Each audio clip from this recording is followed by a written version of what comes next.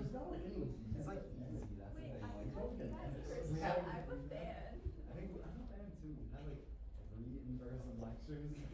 What are his? That's actually safe. All right, guys. About autograder, like. No, finish. You're good. No. I was. And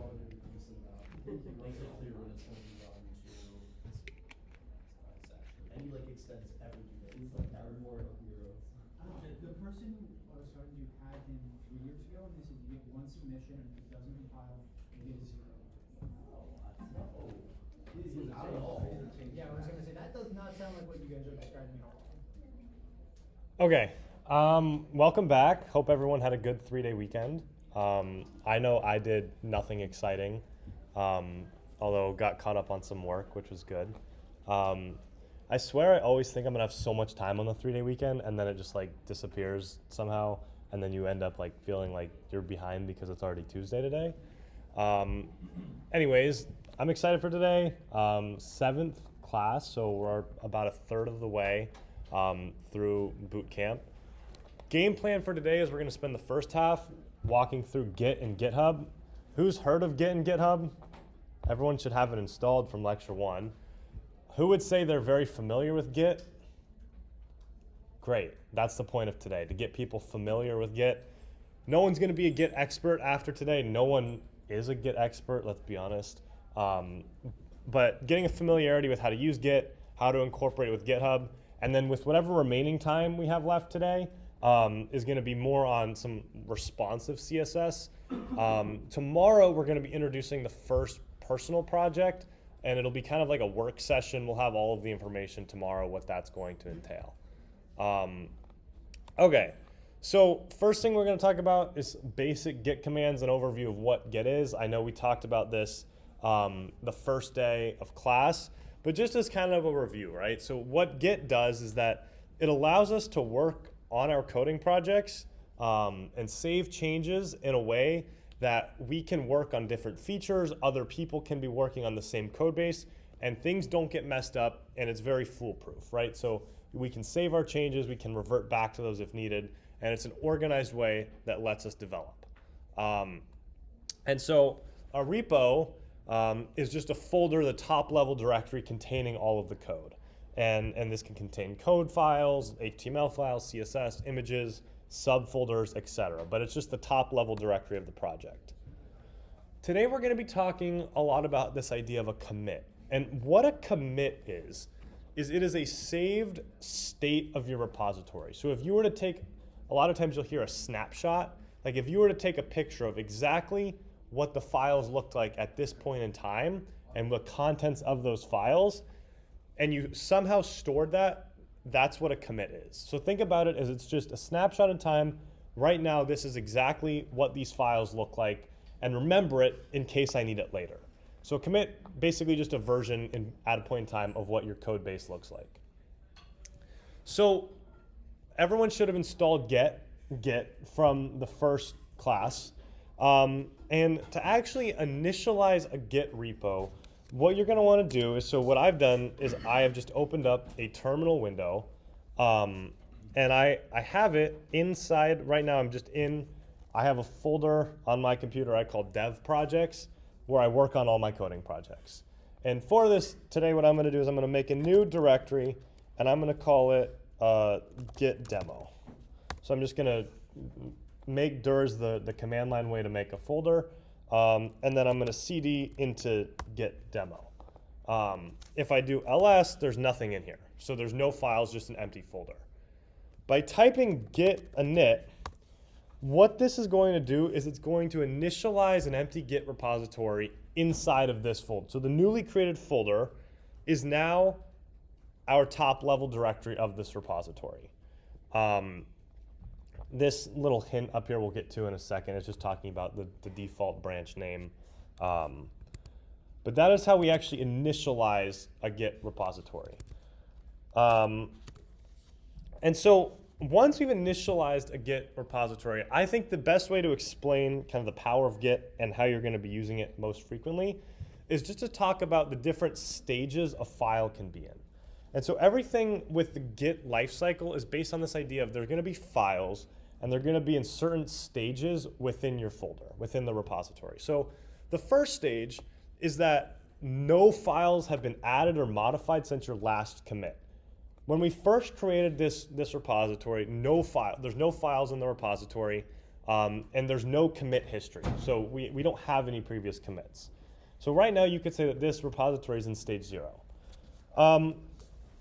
We can see this by the command git status.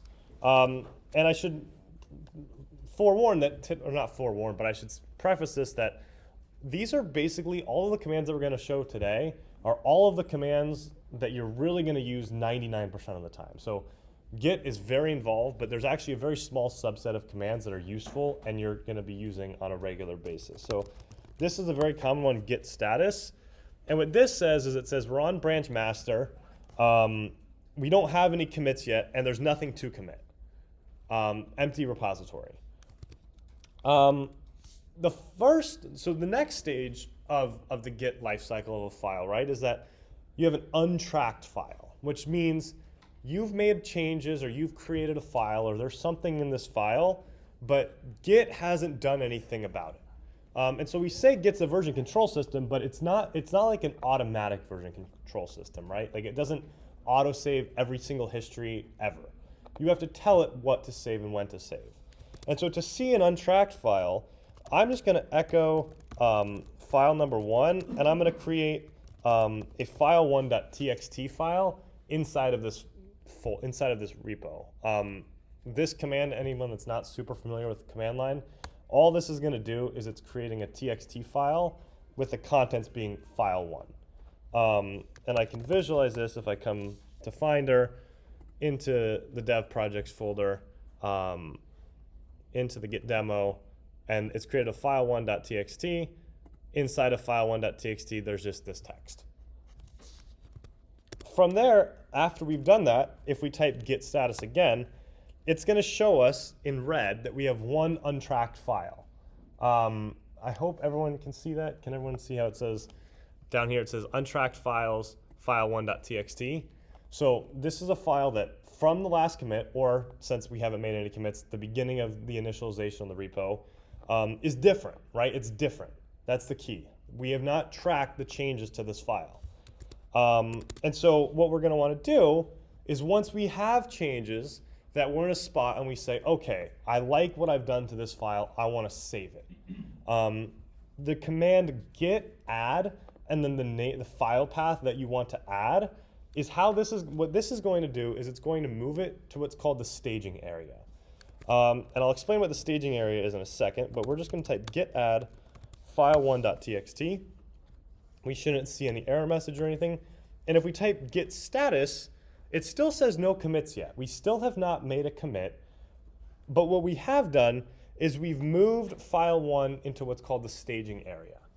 And so this is the second stage of the Git lifecycle of a file, is that you have one file or many files, and I'll demo this. So quickly, I'm just going to echo, I'm going to create a second file, and we'll call this file 2. And I'm going to add this file 2. And if I type git status, just to make sure we see, now we have 2 files in the staging area. And what this is this says these files are ready to be committed. And so you can kind of think of this as like a preparation step. You're saying, okay, I want to add the changes on this file to this commit. Maybe I actually don't want this file, et cetera, et cetera. So right now, these files are staged for commit. They're ready to go. To actually create a git commit, this is the way you do it. You type git commit, and then a -m space. And then in quotes, you're going to put a description of your commit. Generally, good descriptions are about 1 sentence long, and they describe the changes you made to the files that are included in this commit. So I'm just going to call it initial commit. And I'm going to hit enter. And what we'll see is it says 2 files have changed, 2 insertions. It's going to tell us the branch, the master, the commit message, and it'll say create mode because those are new files since the last commit. If we type git status again, it'll say nothing to commit, working tree clean. What this means is that our initial commit is now the most recent version of our repository. All of the changes that we included on the files that we added to this commit are now saved by this commit. And we'll see here in a minute how you can kind of look at commits and whatnot. But you can think about this as you said, I've made changes to these 2 files. I want to save the version of this repository, this snapshot, so I can reference it if needed later. So as I said, once you've committed a set of files, these files then move back to kind of the stage 0, unchanged, unmodified. One important note, right? So if we had another file, let's just call it file 3.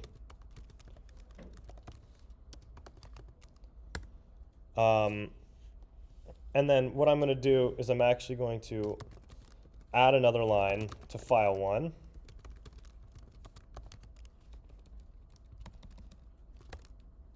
So if I were to see what was inside of file 1, there's 2 lines now inside of this file 1.txt.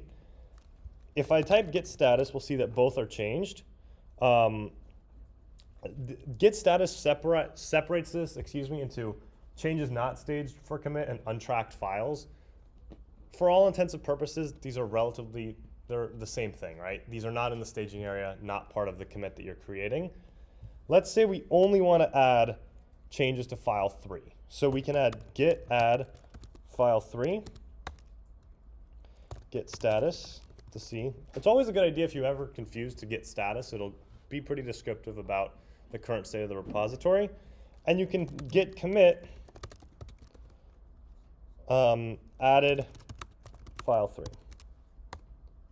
What you'll notice is if you type git status, this file 1 still has been modified and it's not included in that commit.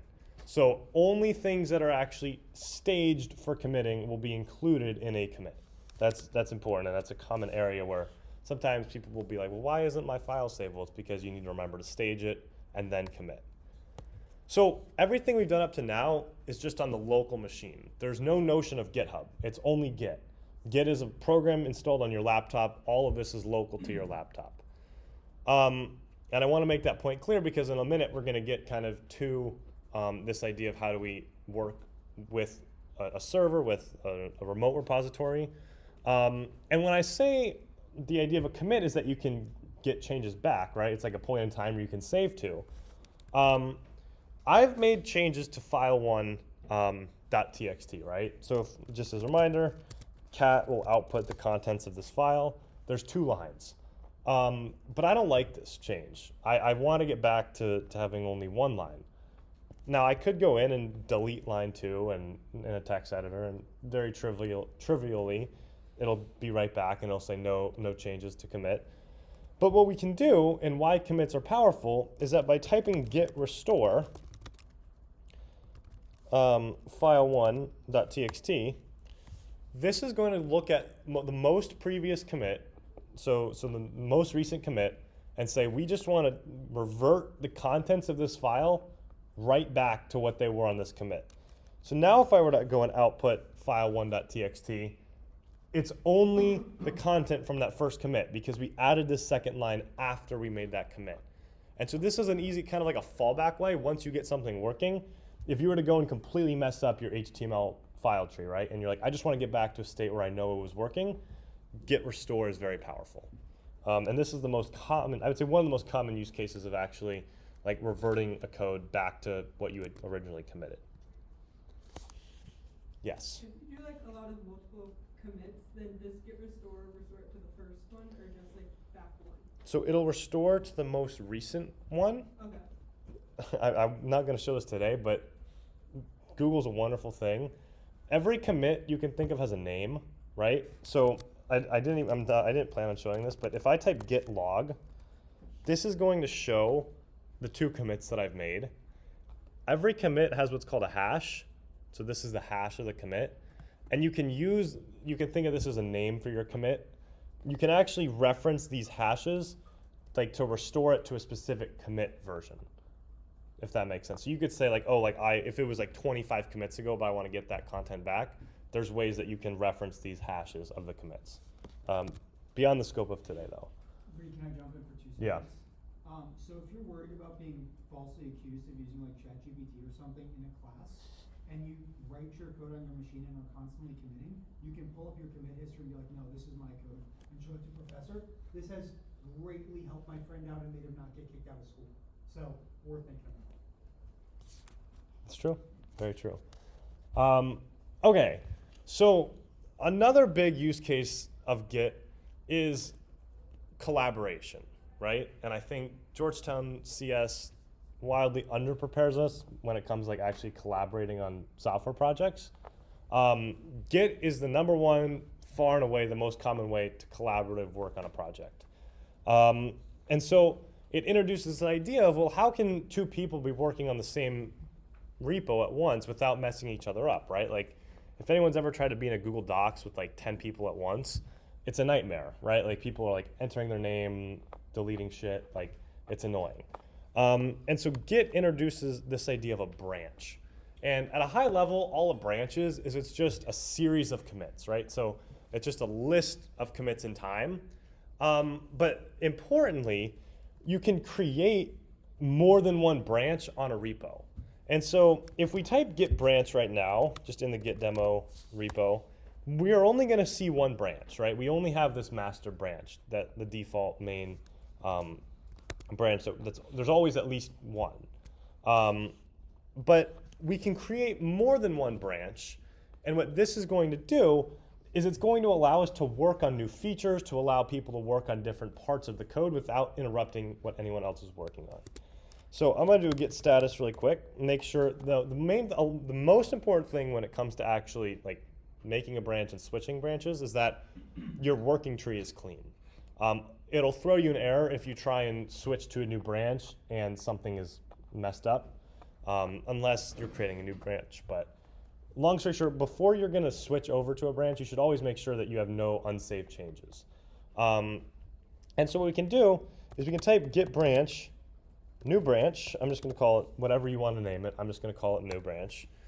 And then if I type git branch again, or not git status, git branch, we're going to see now it lists 2 different branches. When I type new branch, it's going to take the current commit, right, the latest commit on main, and that's going to be the starting point for this new branch. And so after creating a branch, we still have not moved to that branch, right? So if I type git status for the 5th time, it'll still tell me that I'm on branch master. So I haven't like moved to this branch, it's just been created. And it'll mirror the code from the branch that you created it from. So since we were on master, created the new branch code will look exactly like the master branch does. If we actually want to switch to this branch, we can do that by git checkout new branch. So the same name of the branch. And this will say that it's switched to a new branch.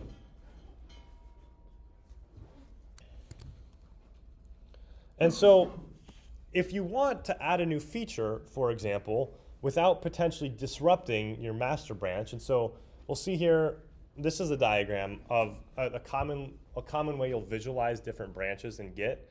The main or master branch, a lot of the times will be like the production pipeline, if you've ever heard of that, like what somebody that visits a big app actually sees right now. But there could be teams that are working on other features that these orange and lime dots represent like branches of other commits. In a second, we'll see how these all come back together and how you actually incorporate it into the main branch. But for now, just think about it. These branches, you can work on new things. You can add new lines of code. You can add new files without actually disrupting the main branch. So for example, if we wanted to echo file added from our branch, and we'll just put this into branch.txt. If I do a git status, it'll tell me that I'm on the new branch. I have an untracked file. I'm going to show a little shortcut here. If you don't always want to type out the name of the file you want to add, a dot will add every untracked or modified file to the staging area. So if I come back into git status, it'll say that this is ready to be committed. I'll also showcase really, if you read the reason I like git status a lot is because it's pretty descriptive, right? So if we read what it says is like, if we accidentally put something into the staging area that we didn't want to, git restore dash dash stage, the name of the file where it says right here, that's how you'd like undo a git add. And that would move it back to like unmodified. That's different than the git restore that we saw. But a lot of times if you're confused, actually reading what git is saying to do is pretty helpful. But I do want to add this change, so I want to do a git commit. I'm going to call it new branch commit. Everything should be good. Now, if I show, let's see all the files right now on this branch. So right now there's 4 files on this branch. There's file 1, 2, 3, and then the branch.txt. My git status, oh, not git, working tree clean. If I go back and I want to go back to my main branch, back to the master branch, right? I can check that out again, git checkout master. And if I look at the files once again, that branch.txt file is no longer there because this is on a new branch and this commit does not affect the master branch. It only affected this new branch that I created. It's pretty cool stuff. And so if we wanted to go check it out just to prove it, we want to check out new branch again, it's back. And so Git tracks all of this. And so you can have a lot of different branches with different versions of files, different files. It's a very powerful feature. But for now, I'm just going to switch back to master. Only the 3 files are there. Okay, so how does GitHub play into this? Well, as I've said before, right now everything is on our laptop. Everything is a local repository. All of this is being done on your laptop. What GitHub does is it hosts remote repositories, right? Where you can access it from multiple laptops. Your team can work on a project. Let's see now, well, how do we actually do this, right? Because a lot of times what you'll do is you'll make changes on your local, you'll commit it, and then you want to push it, you want to move it to the remote repository as kind of a backup, right? So even if you were working on a personal project, you never want to like rely on just having the folder on your laptop in case something happens to your laptop. So it's kind of cloud storage in a way. And it also would let other people work on it. So to create a GitHub repository, if you go to github.com and just once you're logged in on the dashboard, in the top left corner, you'll see this new button. And what this does is this allows us to create a repository on GitHub. I'll wait a second or two so people can actually get logged into GitHub.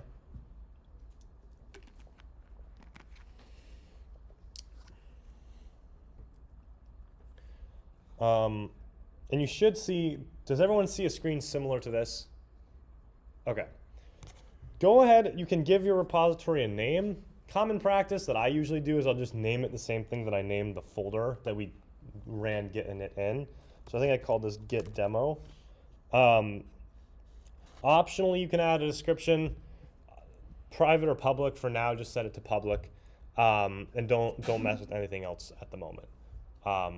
Just click the create repository button,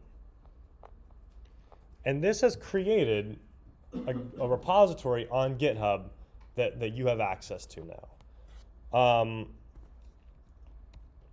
Okay, and so after we've created this repo, everyone should see something very similar to this.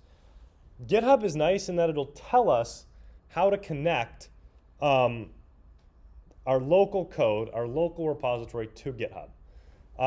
And so you'll see it has quick setup. We'll talk about what this is in a second. But it says we don't want to create a new repository because we already have a repository. What we want to do is we want to push an existing repository from the command line. And so what we can do is if we just copy this code, make sure before you run this that you're on the master branch, and just Command V and hit enter. And that should run without problem. And you come back in and you refresh. You should see this code now on Git. on GitHub, sorry.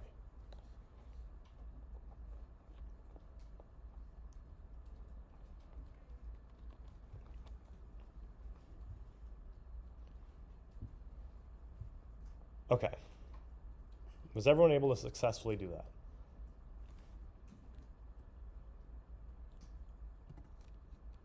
So I wanted to quickly talk about what those 3 commands did. These should look, I mean, it's just git commands, right? It's nothing that difficult, but I wanted to explain what each of these does. So the first, what it does, git remote add origin the URL. This is in our local repository saying, hey, we have a remote link that we want to use as our remote repository. And so we're adding that and giving it a name of origin. This is just default convention. You could name it whatever you want. Origin is just, most repositories only have 1 remote connection, you're saying I want to name it origin. This git branch dash capital M main, all this is doing is renaming the master branch to the main branch. It's a GitHub convention. GitHub prefers to use the main name for the default branch as opposed to, for a long time, master was like the accepted default branch name. Recently, there's mainly social pushes to change it to main. That's the motivation why everything is being renamed main. So this just uses GitHub convention to rename the default branch to main. And then we're saying git push -u, I'll explain -u in a second, origin main. And what this says is we want to push to the origin remote, which we created in the first line, the main branch. What -u does is the idea of branches are distinct when it comes to a local branch and a remote branch. So your local branch does not exist by default on the GitHub repository. -u is short for set upstream, and all this says is that it connects the local main branch to a remote main branch. And so it'll create a branch on the remote GitHub server, also called main. And so traditionally we'll just keep these named the same so it's easy to track. But if we were to come into here and do a git branch -a, in our local, -a stands for all. So if we were to normally just type git branch, it'll only show the local branches. But if we type git branch -a, it should show this main branch as part of the origin remote. So that's why we do -u. If you don't use -u, it'll likely throw you an error and tell you about some config variable that you need to set. And as I said, if we navigate over to GitHub, we'll see that completed code.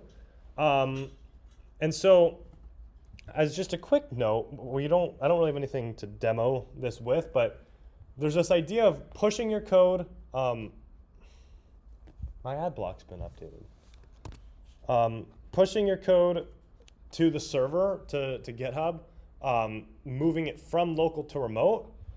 The opposite of push is pull, which is common if you're trying to move changes from the server. So let's say someone else worked on the repository and you want to bring their changes down to your laptop, you'll use git pull. And so it's this opposite git push. You're adding code to the server, git pull, you're pulling code down from the server. These go together. And so, like I said, we're not going to talk about like actually pulling today, but just want you to be familiar with git pull is how you would actually get code down from a server. So I say that not to confuse you, but to raise awareness about the differences between these two things. How we have this idea, we have a second branch. How do we combine code from a new branch? So let's say we've worked on a feature, we've worked on changes. Now we want to actually move that back to the main branch. And the way we do this is something called pull requests. And so pull requests are not actually a part of Git, they're a part of GitHub. They implement merging branches, so merge is what you're doing to the branches, but pull requests is the way you're going to want to do it.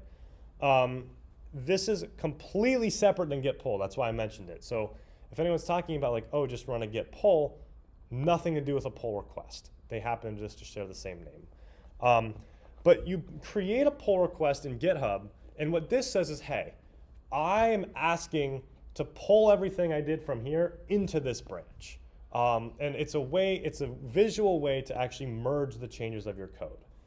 And so I'm going to demo that right now. So if we were to just right now come into this pull request thing, it's a tab on once you're viewing the repository on Git, and we're going to type pull requests. And you're going to click new pull request. There's nothing here. And there's only the main branch. Why is that? Anyone have a guess? Yes? Exactly. So what we need to do is we need to do a git push -u origin new branch. Or I think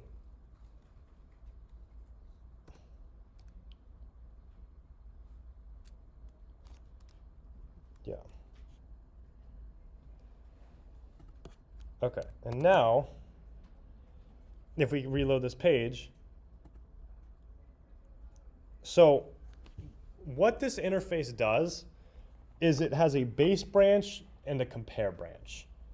And what it's asking you is it's saying you are comparing the changes in the state of the repository from one branch, and the arrow showing what branch you're actually putting these changes into. And so once we've done this, it'll actually show us the exact changes of the files between these two commits. And so the pull request will take the latest commit on the branch you're comparing with, and it's showing how to put it back into the latest commit on main. And so what it'll usually say, hopefully it says able to merge if everyone's been following along. Not going to get into merge conflicts today. You've probably heard about a merge conflict before. It's messy. Probably get into that at a different point in time. But it should say able to merge, and you can create a pull request. This will let you add a title to it. It'll take the commit message. You can add an optional description. And then you can click create pull request. What this will do is it'll check to make sure everything can be merged. All checks have passed. And then when you actually click merge pull request, this is what will merge your new branch into the existing branch. Oftentimes, and when you're working on a project team, this is used to add reviewers. And so there will be rules on the repository, especially if like you're working an internship, it'll say like, you are not allowed to merge this pull request until someone else has looked at your code and approved it. And that's what GitHub provides. And so there's all these things where you can assign someone, you can write comments on the pull request, et cetera, et cetera. But for now, this is obviously just our project. We aren't worried about that. We can easily click merge. It'll have an email associated with the merge, and I'll click confirm merge. And it'll say the pull request was successfully merged and closed. And what this has done is that commit on that branch has now been added as the latest commit on the main branch. And so you can delete this branch and nothing will be messed up. All of your saved work will still be available. Generally, it's a good practice to delete these branches just to keep the number of branches as limited as possible, saves some mess. And so what I actually will do really quick is I can demonstrate git pull. So if I go back to my local remote and I go to git status, I'm on branch main. It says it's up to date with main. It's actually not, because it doesn't know about, our local repository has no way of knowing about the changes that we just made on the remote repository. If we were to type git fetch, what this does is it says, hey, go look to see if anything has changed on the server. And it says it has changed on the server. If we type git status, now what this will show is that it says our branch is behind main, which means that there have been new commits on the remote added to this branch that we don't have on our local machine. And we can get these by typing git pull. And because we're on the main branch, it knows that, and we set upstream to have main branch associated with origin main. This is going to move all of those changes that we just implemented on that pull request down to our local machine. And so if we type git status, everything is up to date, nothing to commit. But if we show those files again, now we can see that that branch file has been merged into this main branch. Very powerful stuff. The last thing I want to show, and then Colin's going to jump in for a minute or two, to kind of showcase GitHub Desktop, if anyone's heard of that. So from up until this point, we've just been working out of the command line. It's very much a personal preference thing. Colin and I have talked about this a lot. I love working from the command line. He likes working from a GUI. But a lot of the times what you'll see is that this idea of cloning a repository. And so if I come, I'm going to try and find something. Okay, so if everyone's followed along up until this point, this is a public repository that I've created. If I were to click on this code button, it'll show me a link. This is the link to my repository. Anyone in this classroom can download this code directly onto their computer. And you do this using the clone command. And so what I'm going to do is in the Slack, I'm going to send this link to my repository. Not in here. In here. And I'm going to send this link. And if you were to go type, so the key is here is you want to be inside the parent directory. So think about it as whatever folder you want this repo to go into, don't create the folder already. You would want to be in like your equivalent dev projects folder. And if you were to type git clone and that URL, this is going to download all of the contents from the remote to your local and put it inside of this folder. And so it's going to pull down all of that code. This is very common if you're starting work on a new project. I'm actually curious what would happen. Yeah, okay, it says if I try and do that, it tells me that I already have a folder named that. But this is how you actually clone a repository. So a lot of times you'll be working on a project, you have the central GitHub repo, everyone clones it onto their own machine, everyone's making branching, local commits, pushing back, creating pull requests, and that's the general workflow of a project team using a GitHub repo. Questions while Colin, I'll answer questions while you come up and get set up. Yes. Okay. Really, really quick note. So there's this idea of a .gitignore, and what this is that a lot of the times in a big coding project, and we'll see the application of this in future weeks, there are files that you do not want to commit to the repository. Whether these are secrets, so like API keys, environment variables, node modules. So if you're working on a React project, which we'll see, it's like hundreds of megabytes of files that you don't want to have to store in the repository. You want to just be able to, there's a command that you run for React to just download those automatically. You don't want to store those in the repository. What we can do is if we were to create a gitignore file, and I'm going to echo, let's just say file4.txt into the .gitignore. And so I'm in the git demo, I just put this in the root level directory. Git status, nothing should change, except for the gitignore file is actually a part of this commit. And I were to add, Colin, I'm doing this on the fly, I don't know if it's gonna work without having committed the gitignore, but if I were to just try and add file 4, trying file 4 into file4.txt, and I were to get status, it doesn't appear. And so what this is telling Git is that even though we've created this file4.txt, don't even show it in the unstaged, don't even show it as a possibility to add. It's not a part of the repo. And so this will be highly prevalent when it comes to other, like when we're working with the React project here next week, and we have a node modules folder that we don't want to include as part of the repo. And so there's all different kinds of like file patterns that you can use. You can say like everything in this folder ignore. We'll get into some of that and look at a sampled gitignore. But that's just a general idea of how you would, if there's files that you don't want as part of the repository, it's easy to exclude them. And so, yeah, if it's a secret API key that you don't want anyone on the internet to have access to, if it's specific to like your machine, you don't want to commit that. And this is what I was talking about, how you can ignore everything with the ending of a file, an entire directory, etc. Okay.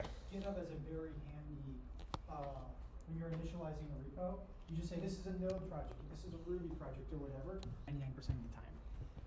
Cool, I'm gonna So, thing you gotta know about me is I'm kinda dumb, so I like to use a GUI instead of the terminal whenever possible. Do you need a charger? No, I'm good. Okay. Well, cool. So, here is what, can you grab that real quick? Yeah. Thanks. So, if that was a lot for you, and it definitely was for me when I was learning about this stuff, there's something called GitHub Desktop, which is a GUI.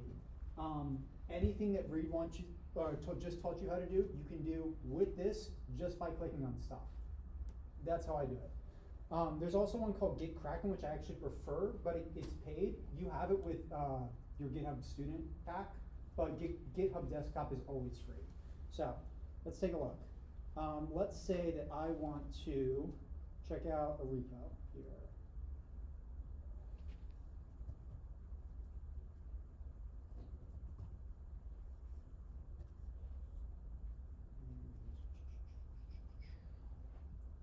Cool.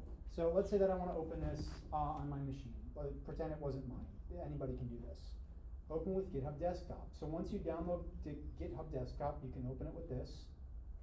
Cool. Now it's on my machine. So there's a couple branches that I have here. There's a main branch. There's a test branch. If you want to create a branch, there's a button. So you don't have to remember the command. New branch. This is a test branch. Create branch. So I'm branching off of main. Great. If I click this publish branch button, right now that branch is only on my local machine. Now it's on GitHub. So if we take a look here, 2 branches. This is a test branch.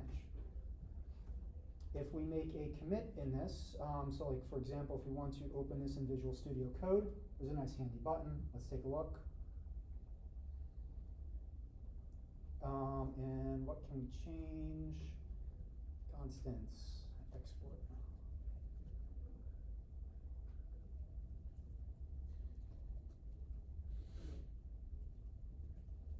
Great. So we can immediately see that there's one changed file. We don't have to stage anything, we never have to worry about that. If we don't want to include it, we uncheck it. If we do want to include it, we check it. Updated constant.ts, great, new constant. Let's make a commit. So right now this is only on our local machine. If we want to push this to GitHub, push to the origin. Let's say that we're really happy with it. Let's make a pull request. This is the difference. We can see we added that green line. Cool. Typically it's going to be more than one line. So red will be stuff you took out, green will be stuff you added. Pretty simple to look at it side by side. Also, if you're trying to compare stuff and trying to figure out what you broke something, or how you broke something, looking at it side by side is pretty easy. Let me make a PR here. Cool. Made a PR. Let's create the PR. Great. And we can merge. That's merged onto main now. Confirm the merge. And now I can delete the branch. Cool. You gotta know everything Reed talked to you about, because I have been asked this stuff on job interviews, and this is like one of the questions that if you flub this or even hesitate, they're just gonna ignore you for the rest of the hour. I've actually been asked this like 3 different times. GitHub Desktop's pretty great. You can use it for, let's say I wanna swap to another repo. I don't know, what have I looked? Let's look at the engineering bootcamp. Open in Visual Studio Code. We can swap branches. Let's say Reed had a change on main recently that's not updated on my machine. So if I'm working on 8.1, let me see. Okay, so it shows me my changes that I've not yet committed. So I can look at those. There's this DS store thing popping up again. This should always get ignored. It's actually like a really big deal. It's become known as a massive security risk, and Mac really should get rid of it, and they haven't yet. Companies have like gone out of business because they've gotten their stuff compromised because somebody didn't add this to a get ignored. But anyway, let me just discard that. Don't show this message again. So basically every single thing that Reed has done, I'm just doing here by clicking. Does anybody have any questions? I know I glossed over that in like 3 seconds. Yeah. So like if you would just control of like your own project, Mhm. like, and you don't want to have to do a merge request every single time, then would you just edit it in the main branch, or how would you? You can do that. I would caution against it. It takes maybe 3 seconds to make a new branch. And what's really nice about it is if you mess something up, and I mess stuff up all the time, if you mess something up on main and then commit it in main without doing a whole pull request, then you have to figure out, wait, which was the commit that wasn't broken? Is it this one? Nope. Is it that one? Nope. And now something that can take 3 seconds of, oh, I'll just look at main, becomes a 30-minute task of when was main not broken last. In general, you don't really want to work on main because if you break stuff, it's a problem. Even if it's only you, it's a problem. So branches is typically the way to do it. Yeah. Sorry, so that file you said absolutely had to be included in Git ignore. What was it called again? .ds store, you'll see it pop up. It's on the slides. Basically, DS store is a big one. Anytime that there is an API key, a password of some sort, any tokens that your company has, they're all big ones. Lock files, build files, dist. It is on the slides and they'll go up. I put on all the main ones. But what's actually really cool is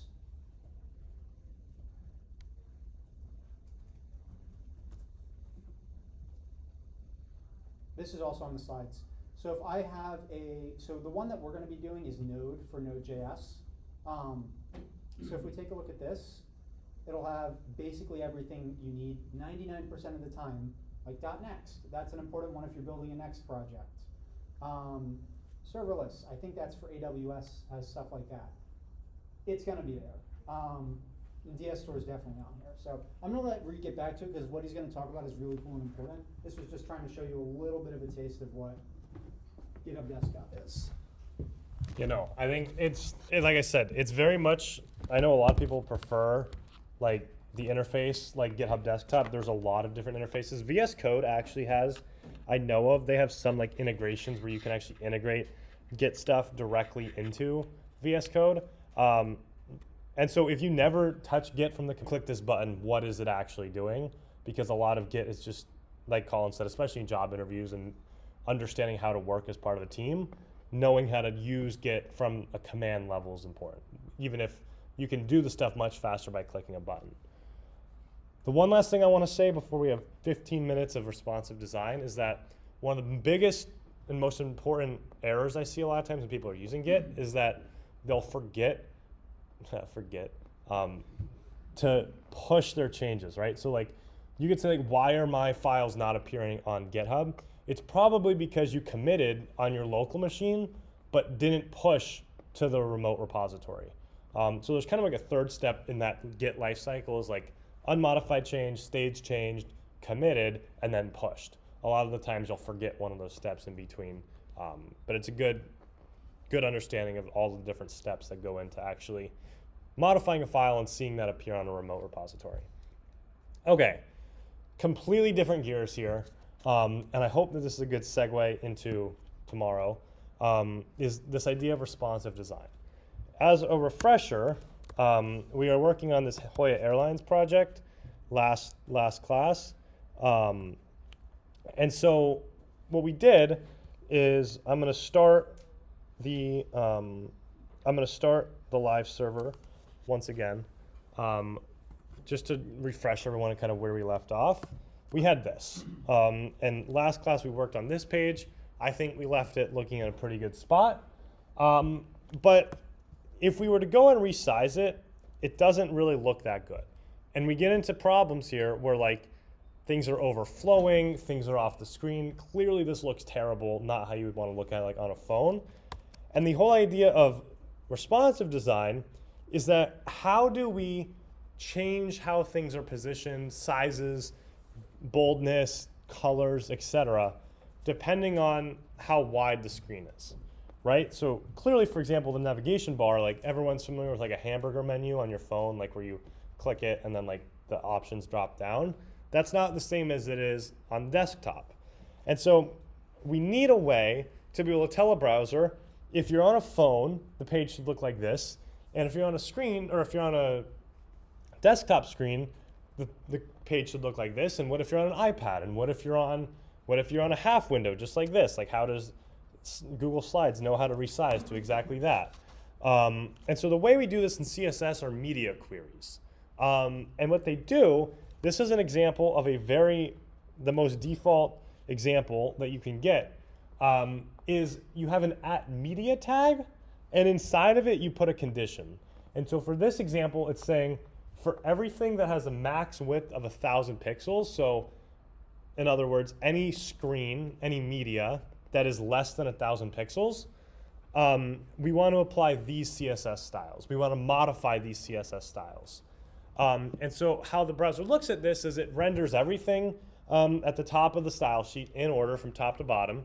And then you usually put the media queries at the bottom, and you'll say, if the screen size is this, we want to override these styles. So it'll just reapply them, and if it's a new style, then it'll be updated according to that screen size. And so the power of this is that if you wanted to create a style sheet, for example, for every possible device you would use it on, it would be tedious.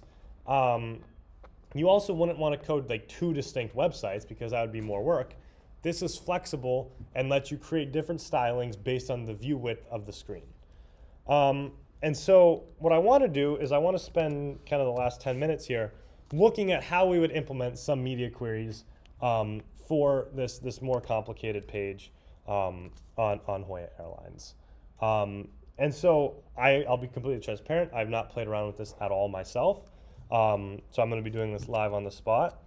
But if I come in here and I'm going to open up, I'm going to close everything out except for this, the flight.html, which is, or I don't want flight.html. I want the flight.html and I want the flight.css. These were the 2 files we were working on that I do not want that.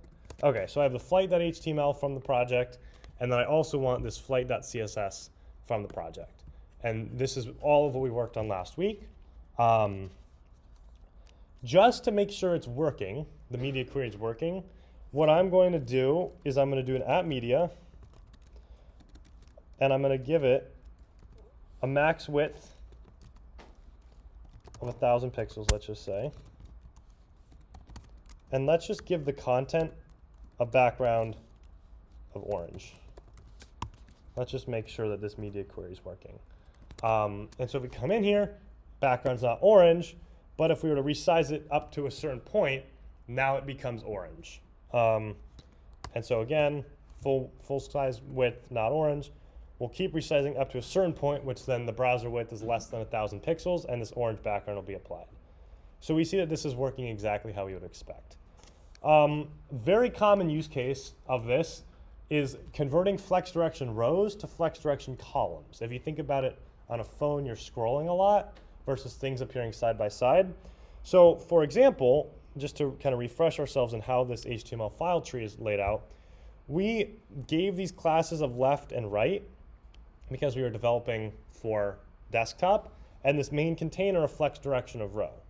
Instead of messing with this content, I want to see what just happens if this main container, we give it a flex direction of column, and let's just do that, and let's just see what happens. So nothing happens yet, and now when we get to less than 1,000 pixels, instead of the plane appearing to the left or to the right of this overview, it's now appearing down below.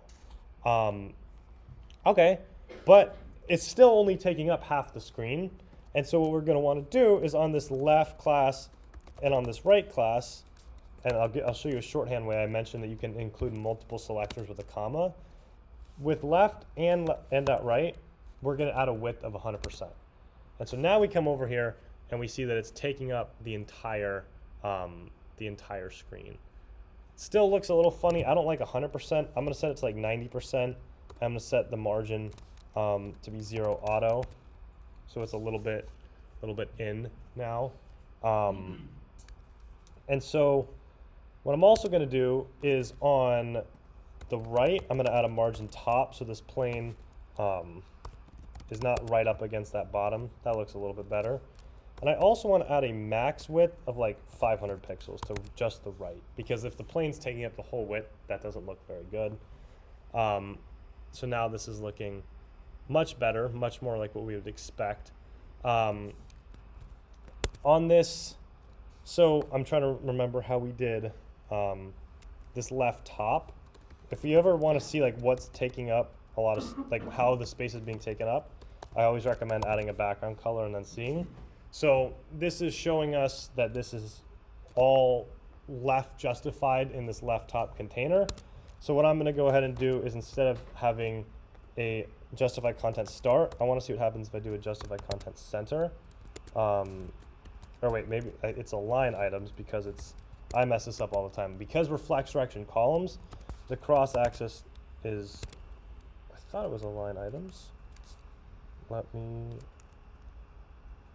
see why that might not be working. If we type left top route, let's give it a background of red. Okay, that's why that wasn't working, because this is taking up the entire space. And so if we were to do a justify content, I think, wait, if it's cross axis, let's try justify content center, see what this does. That's going to center the DCA to LAX tag. And then this H6